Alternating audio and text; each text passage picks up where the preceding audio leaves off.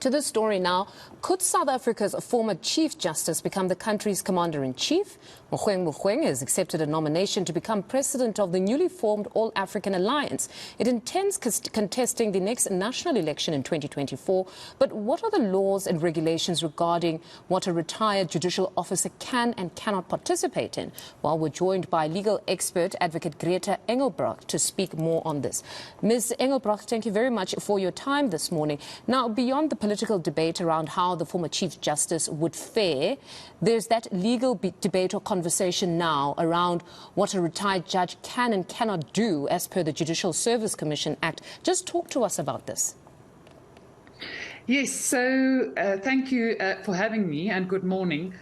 The starting point for all of us, of course, is always the Constitution. And it's the importance of the judiciary being seen as subject to the Constitution only and being independent. And of course, judges have an oath of office and they have to comply with the laws. And that, I'm afraid, may stand in the way of former Chief Justice Mogoeng Mogoeng. There are two main acts that apply, and the one is the Judges' Remuneration and Conditions of Employment Act, and the second one is the Judicial Services Commission Act. And the real issue is that judges, when they retire, what we see in the public eye as them retiring is just their release from active service. So they continue to be paid, they continue to receive remuneration, and they may be called back to actually serve for limited periods of time when it is required. So they remain judges and therefore remain subject to the regulations. And one of the issues here is there is a code of conduct that applies to judges, and it has certain notes to it. And one of the notes is a note that says, well, in Article 17(1)(a), they may not accept any appointment that is likely to affect or to be seen to affect the independence of the judiciary, or which could undermine the separation of powers or the status of the judiciary, and must not receive any income incompatible with judicial office. That's the one aspect. And the other aspect is in note 17(4) that a retired judge may not enter party politics. So it's expressly stated that a retired judge may not enter party politics. I read that code of conduct, and the words may and must, I know, are a big deal in the law, because if it says may, our understanding, humbly so, is that there is an election, it could go either way, but must is then definitive in this respect. I see that with Article 17(4), it actually states that they must not enter party politics. But when we look at the Act itself, the Act is far broader. So what comes before the other? Because it states that they may actually, with the consent of a minister, perhaps be allowed to take up any other role. So what comes first? Is it the Act, and then we have the code of conduct that gives expression to the Act, or is it the other way around? Yes, so the Act is always primary. The Code of Conduct is what we call secondary legislation, and so it must be interpreted subject to that which is stated in the Act. But that is, of course, where the issue lies, because the minister is the one that will consider whether or not a retired judge can take up another position or another appointment, and he will have to make that decision in conjunction with the current Chief Justice, or he will have to consult the current Chief Justice on something like that. Now, when a minister will have to consider a request such as that, he will take into account the Code of Conduct. And the Code of Conduct that was adopted and published says in express terms that there is a prohibition, as it were, on a retired judge taking up party politics. So it would be highly unlikely for a minister, in the face of a properly adopted code of conduct, to then give a former Chief Justice, for example, permission to enter party politics. So you're not saying that, as we've seen with regulations at times where we would find in the court where they say the regulations are not giving clear expression to the act, they are misaligned, we want you to go rework them. We know with the finance minister around the BEE matter, there was also some sort of a misalignment there, and they've actually forced them that you either need to realign your regulations to the act itself. So you're saying in this instance, you don't see the code of conduct being seen at some point to have been misaligned to the act, which is broader and states that at least in this instant, the judge who has been discharged from active service may only, with written consent by a minister holder, perform any other role. You're saying you don't foresee some sort of challenge to the code itself, the code of conduct. Well, there might be a challenge. The question would be whether such a challenge would be successful. And that challenge, one would have to see if anybody brought such a challenge. But it would have to not only look at the act itself, but look at the broader purpose of protecting the integrity of the judiciary. The act gives expression to the Constitution. And the Constitution places a very, very high value on the independence of the judiciary and the retention of respect for the judiciary. And once the lines become blurred between the judiciary, former judicial officers, for example, and party politics, there is a threat, I would suggest, to the separation of powers that stands so centrally in our Constitution. So the regulations would have to be considered not only by reference to the Act, but to the Constitution. And I'm not sure that a challenge to the Code of Conduct would be successful. Speaking of the Constitution, then comes to the recent judgment around the Electoral Act itself, which found it was unconstitutional on the grounds that it doesn't allow citizens to be elected to the national and provincial legislature. Is this now an exclusion of judges or not? Because this is also a debate among many now, legal eagles as well as ordinary citizens who want to hear from legal experts. Does this exclude them? Yeah. Well, the problem is one returns again to the specific legislation that regulates judges. If one, for example, and it may be a little bit off the topic, but if one considers that we've got a provision in the Constitution that allows for freedom of trade, occupation, and profession, but just like every other right in the Constitution, that right may be limited by a law of general application. It may be limited if it's reasonable and justifiable. Now, that limitation on the position of a judge, in other words, setting the judge potentially aside from the remainder of the citizenry, that may be considered a justifiable and reasonable limitation on that person because of the importance of the separation of powers, and also because the judge remains as it were, paid employee, not an employee in the sense of active service anymore, but still being paid. So there must be and may be limitations. So what could this mean? What was the thought behind it? And as much as we cannot speak for the CJ currently, but many now are questioning whether he would have been aware of this when accepting this nomination or not. Is it something that is easily accessible? Because I went through the Act quickly last night and the Code of Conduct. Is there some sort of confusion that would really exist? There can't have been confusion. It is important that under the relevant statutes, the Chief Justice is the person who is initially responsible for the adoption of the Code of Conduct and then for its maintenance. So former Chief Justice Mogoeng Mogoeng was the person who was responsible for the maintenance of this Code of Conduct. So he can't say that he was not aware of its provisions. And in any event, it would be highly unlikely for somebody who held that sort of high office to say that he wasn't aware or didn't make an attempt to inform himself.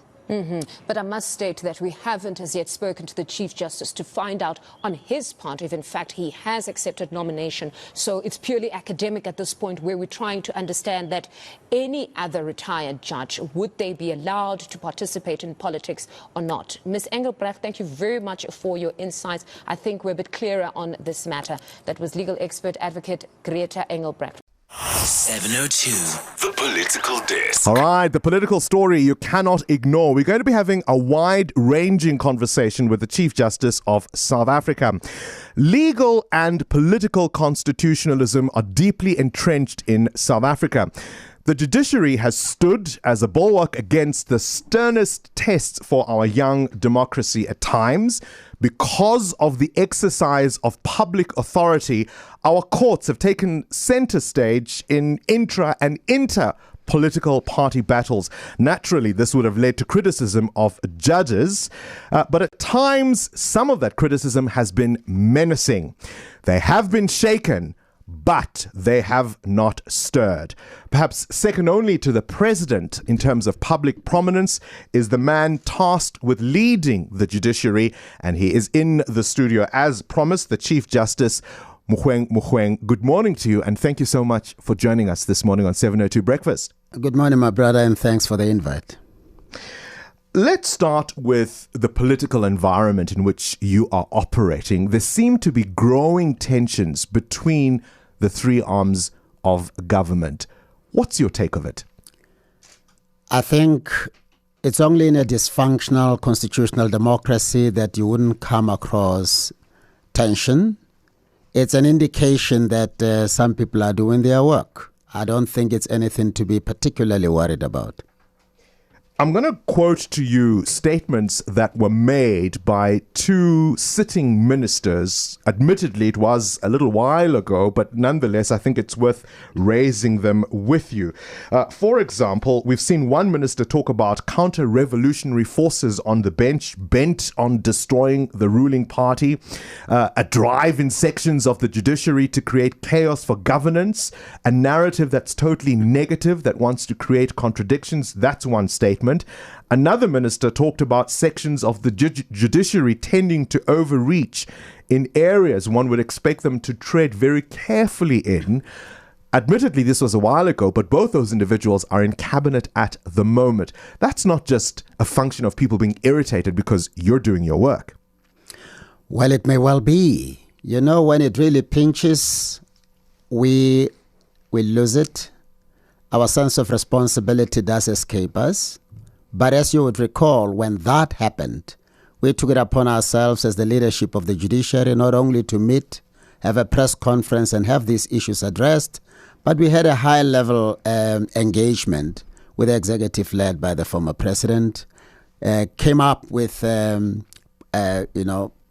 points of agreement in relation to how we're going to relate going forward, and it has worked by and large. More recently, we've seen politicians, members of parliament talk about traumatized old judges, judges criticized personally, both in terms of race and gender, threats to go back to the bush because of biased judges. Your response to that? Typical of a situation where people are frustrated, people are in pain and believe that one unfairness or the other has been meted out to them. But we've been very careful in addressing them. I know that some people who put questions to me expected me to confront those personalities head on. I think it's counterproductive. I chose to articulate the principle so that the people have a fair sense of where we stand in relation to this issue and how far we may be willing to go if necessary. Let's be specific. I mean, we're referring to Julius Malema here, the leader of the AFF. He's the one who's made those statements about biased judges. When someone like that, who's not only a member of the legislature, but also sits on the Judicial Services Commission, says things like that, one has to be concerned.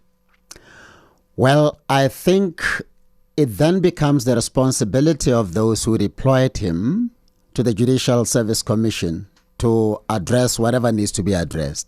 Look at it this way, my brother. I chair the Judicial Service Commission, which, by the way, is sitting from today until Thursday. But I don't have authority over members of the Judicial Service Commission other than the judges. So whatever unacceptable statement they may make, whatever unacceptable conduct they may get involved in, it becomes another arm's responsibility to deal with them. You've been criticized most recently, I think it was yesterday's Sunday Times. Veteran columnist Barney Mtomboti has this to say. He says, you seem to be, and I quote now, jumping from one podium to the next, pontificating about one subject, about every subject under the sun. He says that you are stepping into the political arena by making pronouncements and very direct admonitions to admonishments to politicians. He says this is unbecoming and dangerous. Your response to that? I'm not going to go toe-to-toe with any personality. Let me articulate the principle. I've heard people say a judge should only speak through his or her judgments. And I've heard people say that judges should not be involved in politics. Yeah. It would help a great deal if they were to be specific. The constitutional democracy that we have, in particular the kind of constitution that we have, is highly political in character. If anybody were to read an article that was written by former Chief Justice Pius Langa some time ago, transformative constitutionalism, right. It's all politics. If anybody were to read our judgments, it's politics all the way. So people assume that they know more than they actually do. I shouldn't be here according to the logic of some people because I'm not here to deliver a judgment. And judges speak only through their judgments. I'm not too sure whether the columnists have made that statement, but I wouldn't be surprised. So, as and when I'm called upon to address a matter that touches on justice, a matter that flows out of the preamble to our Constitution, a matter that flows from our Constitution in its entirety, I'll deal with it. I've been called by people from all sectors to address issues of critical significance to the health of our constitutional democracy. I'm going to continue to do that and even more. So people would do well to inform themselves rather than assume that they know more than they actually do. I want to go back to your appointment and the ferocity of opposition that it met with, the criticism. Really, I'm struggling in my head to remember a public official who was appointed to that kind of storm. How did you navigate it, and what lessons, if any, did you learn from it? Well, one of the lessons that I think we all could learn from it is that it's necessary to be thorough in identifying people who are going to assume positions of responsibility in our nation so that we satisfy ourselves about that there are no skeletons in their cupboards, and also so that their capacities to do what needs to be done is tested. I'm grateful. I said to SANEF when they first invited me in 2012, I'm grateful that there was that unprecedented level of criticism. It solidified me. It sharpened my resolve to deliver, and also to know that when you are in a position of leadership, criticisms will come.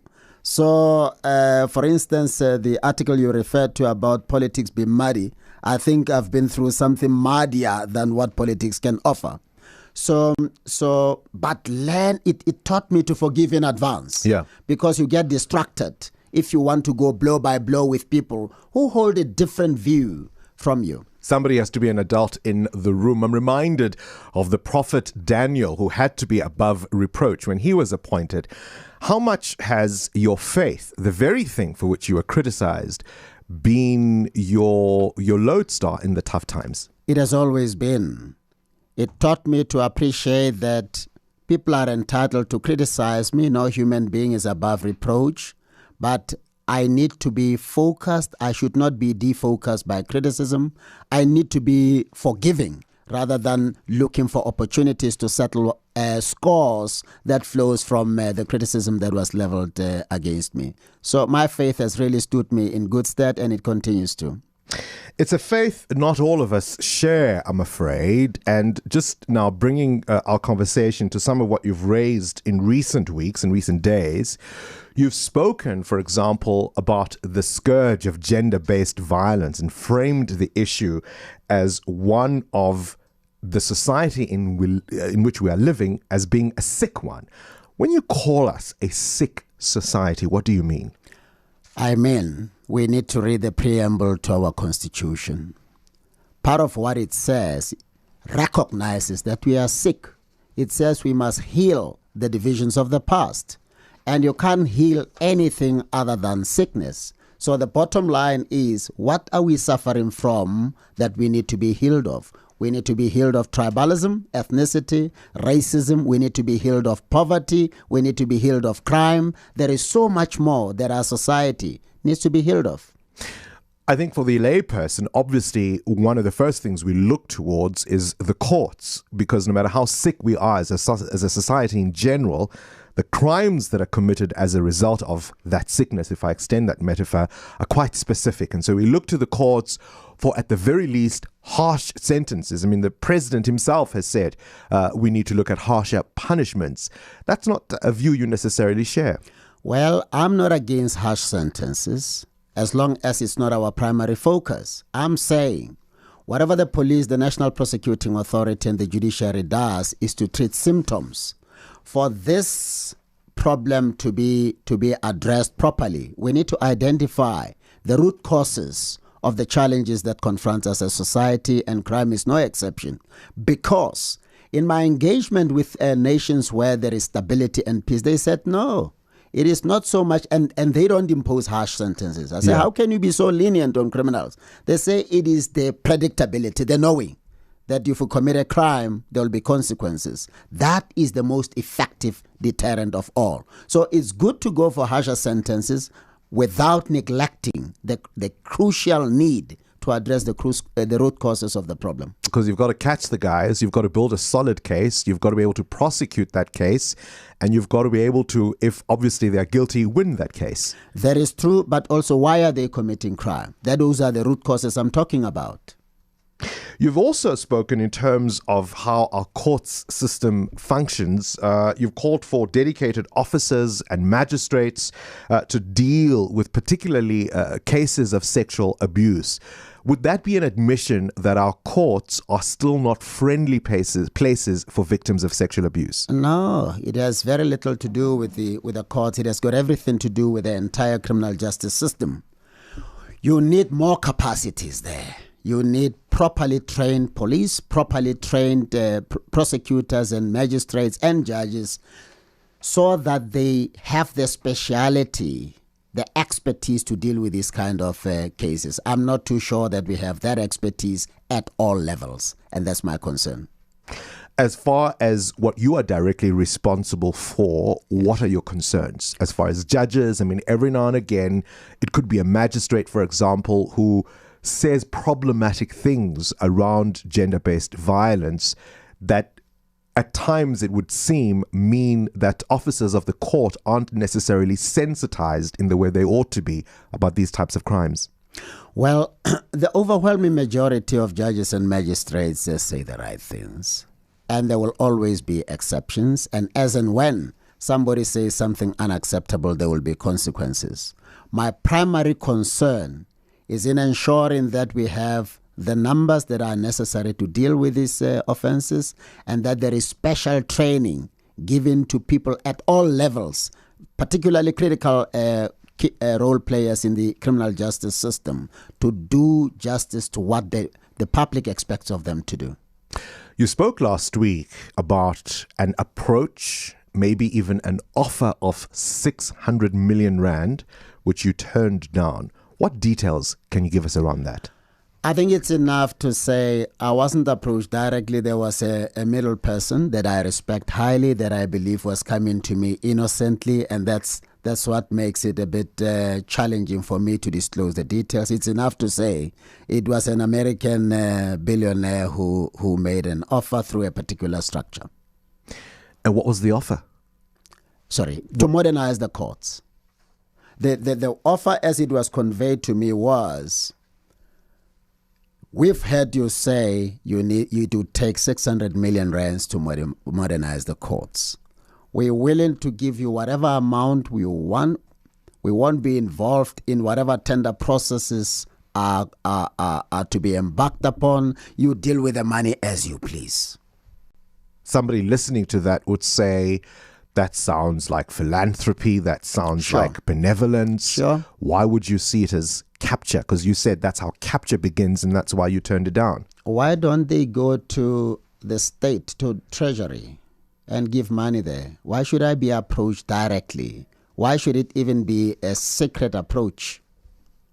It should be out in the open. They know structures that release money to us. That's where they must go. But if you come straight to me, it becomes very suspicious. Your office has been burgled. It has been attacked. And it's one of those things, as far as I know, that matter is still not solved in terms of what happened there. It's one of those things that is concerning. It is, especially because of how the matter was handled. Initially, we were told that the computers had been located, they are with some business person, they will be brought back, and the person would be arrested. But we only got to know via the media that the case was withdrawn. We were not formally informed. It was only when I had a meeting with the Minister of Police and complained that a formal letter came that they are no longer pursuing the case. And that's that. And that's it. There's nothing we can do. We are at the mercy of those charged with the constitutional responsibility to investigate. So as as an ordinary citizen, I think if that's how your matter is dealt with, what happens to ordinary Joe Soap like me? What happens to the man on the street? I think that's a question best, answered by them. Yeah. All right. I'm going to ask you to put on your headphones. We've asked our listeners to to call in and be part of the conversation. I don't want to hog all of it. George, you're in Harties. What's your question? Please make it brief to the Chief Justice. Go ahead. It's not a question. It's a comment. Chief Justice, I am proud of you. So are many South Africans. You make me sober out of this world that is so broken. Please keep up the good work. Nothing. Mr. Mtomboti, who made a comment about it being dead, they have long been involved. Your department has been involved because politicians will make decisions. Where do they rush to? They rush to your department. That is why we are involved. Thirdly, a leader like you comes with a very, very scarce to us, people of South Africa. Please continue doing what you're doing. We really honor you. We really respect you. Your name will be there in the books of good citizens of this country. I salute you with the most respect that can be given to a man. All right. Thank you, sir. Thank you, George. Thank you, George, for that call. I mean, a lot of people, we started off looking at your career in terms of the criticism that you received, but some of the very critics that spoke most strongly against your appointment, I suspect, have probably come to you and said, we were wrong. Well, I was actually surprised that they apologized in the public domain, in the media, and it was unsolicited. I was taken aback because the truth be told, I never bore a grudge. I don't hold grudges. All right, let's go to Robert, who's in Parkview. Robert, your quick question for the Chief Justice? Morning. A question, in particular with multiple rapes. Why are sentences served concurrently and not consecutively? All right, Robert. The person behind bars for a long time. Okay, Robert, thank you for that call. What's your response to it? If it is a life sentence, and on the understanding that life sentence is life sentence, you only have one life. So you can't serve 5 life sentences, for instance. Otherwise, they become consecutive concurrently if there is a minor offense involved, because it would be known that the life sentence would cover everything. I started our conversation by saying that the judiciary has stood as a bulwark against the sternest tests that our young democracy has faced. How close to the precipice did we go in terms of the continued challenges to our constitutionalism, as broadly as you want to answer that? It's a very difficult question to answer because I don't have the capacity really to measure the extent to which we came close to the precipice. It's enough to say it looked like we were getting too close at the time when gratuitous criticisms were being leveled against the judiciary, and it really seemed like a free-for-all. Happily, there was that intervention that I alluded to at the beginning, and the situation stabilized, and never again did we come across criticisms of that level, of that nature, I beg your pardon. Are you optimistic about the country we are in and where we might be going? I'm very optimistic. I think about it. I always tell people between 1990 and 1994, it didn't look like we're going to ever vote. It didn't look like a solution would be found. But here we are. We are a resilient people. What we need to do, I think, is to focus on positive things that are out there. Let each and every one of us be preoccupied with finding solutions. Let those like-minded South Africans come together and keep on addressing the challenges that confront our nation. We're too negative, too pessimistic at times when we shouldn't be. What keeps you up at night? Crime, the hopelessness of our people, because I get called all around the country. People invite me and say, please come and give us hope. So how to give our people hope and how to make us realize that the best is around the corner is what keeps me up. We'll leave it at that. The Chief Justice, Mogoeng Mogoeng, with us in studio. I'll take your responses to that conversation on 011-883-0702. It's been an honor, sir, and a pleasure. Thank you for coming in. Thank you, my brother. Why does anybody in South Africa and why does South Africa require ethical leadership? It takes a thoroughly unethical leader to design a plan whose objective it is to forcefully remove others from their land and houses. It takes leadership bereft of leadership, I say again, to ensure that when other citizens have land in abundance, others are not permitted to have it. We are where we are as a result of what unethical leadership did to us as a nation. If I die, I die. But at least my people, and by my people it means all South Africans, will live to see freedom. They will live to see a constitutional democracy.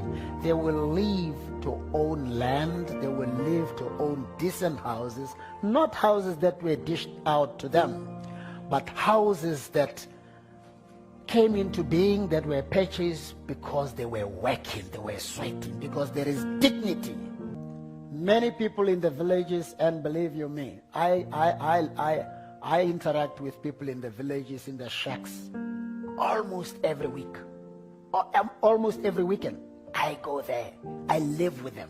I know what they are going through. If we are not careful, we are busy nurturing a time bomb.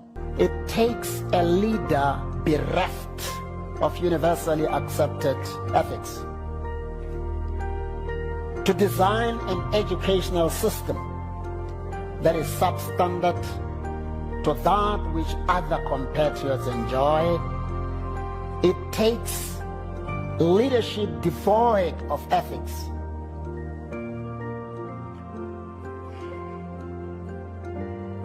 to design the economic sector of the country in such a way that a significant portion of the nation is not supposed to participate meaningfully in it.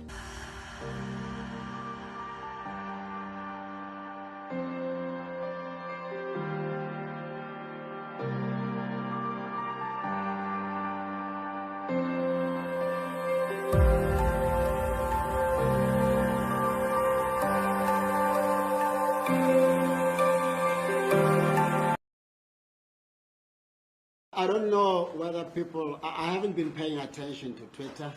I honestly do pay very little attention to the media. I don't know whether people honestly misunderstood what I said or deliberately misunderstood what I said. And maybe it's necessary to reiterate what I said. I said, if there is any vaccine that is being manufactured to advance a satanic agenda of the mark of the beast 666, if there is any vaccine that is being manufactured for the purpose of corrupting the DNA of people, that vaccine must be burned, it must die. God must intervene and destroy it. So anybody who supports a vaccine that infuses 666 in the bodies of people, anybody who supports a vaccine that is meant to corrupt the DNA of people, I would understand if they raise an alarm. That's it. I want every corrupt thing to be destroyed. And if it is politics, it is the kind of politics that I'm happy to advance anytime, anywhere. So people must come out. Do they support the satanic agenda? They must tell us why. They want us to have a 666 mark. They must tell us why. I'm not saying all vaccines, and I never say all vaccines are meant to advance their agenda. But if people want it to be made to look like, that's what I was saying, that's their problem. I'm never worried about backlash, because I've realized something. It's almost as if for you to be positively reported on, you must check what is it that people are likely to be favorably disposed to. What will the analysts say, the regular analyst I must say? What will the media say? I'm not that kind of a person. I don't live to be approved of. I don't suffer from affirmation or approval addiction. I reflect on what I believe needs to be said at any particular time, and I say it. Whoever wants to run wild with it is free to do that. I will never look backwards to check who is happy with what I'm saying, who is unhappy.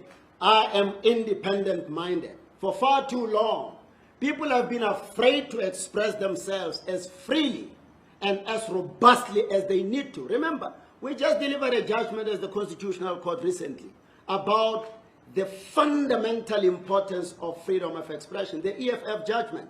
So people are not going to be allowed to manipulate us, to force us to toe their line, to think the way they think everybody else in this country and around the world ought to think. I'm not in that category. I'm not worried about fictional reputation. Oh, this is how a Chief Justice is supposed to behave. This is how a judge is supposed to behave. Where is the manual for that? Where do you get it from? What are you trying to have us comply with? I'm not a conformist. Our country, our constitution does not demand of us to be that way. So I didn't watch the backlash, but maybe it was not unexpected. Remember what I said to the CEO and the chairman? I said, you know, if they come against you for what I'm going to say, because I know prayer is controversial in South Africa. Insults are never controversial. No, it is prayer in the name of Jesus that is controversial. All other prayers are fine. So I'm not going to be begging for permission to pray. Never. In public and in private. I'm going to pray all the more. It is my constitutional right.